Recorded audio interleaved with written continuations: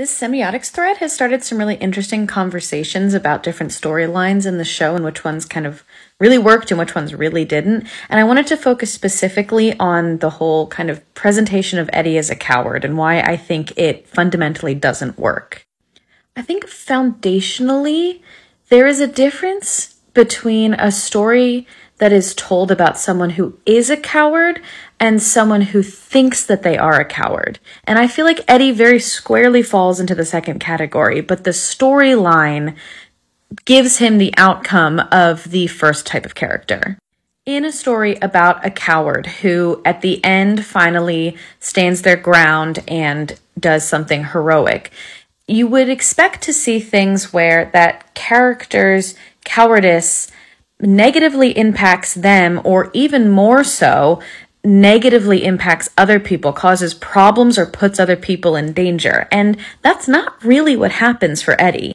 Instead, what we see is him feeling guilty about things like not being able to help Chrissy, but what was he supposed to do in that situation? And even being the last person to jump into the water after Steve, but he went. It's not like he didn't, or by running away at any point put other people in danger. So it just doesn't ring true to say that fundamentally Eddie actually is a coward.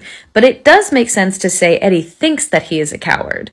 I think Yuri is a good example of a character who has negative qualities that later finally he redeems himself sort of by finally helping people instead of hindering them. And it would have made sense for a character like that to kind of sacrifice themselves after causing a lot of problems and in that way kind of redeeming themselves through death. But that doesn't really make sense for Eddie, who hasn't really actually negatively impacted people. And that's kind of the whole point, is that he is actually innocent. He is innocent and he is not a coward.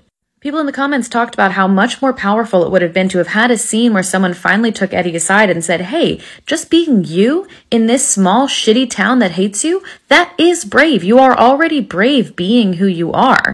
And I also think it's worth pointing out that in season 2, we had Will thinking that he was running away from something, taking Bob's advice and standing up to it, and he got fucking obliterated for it.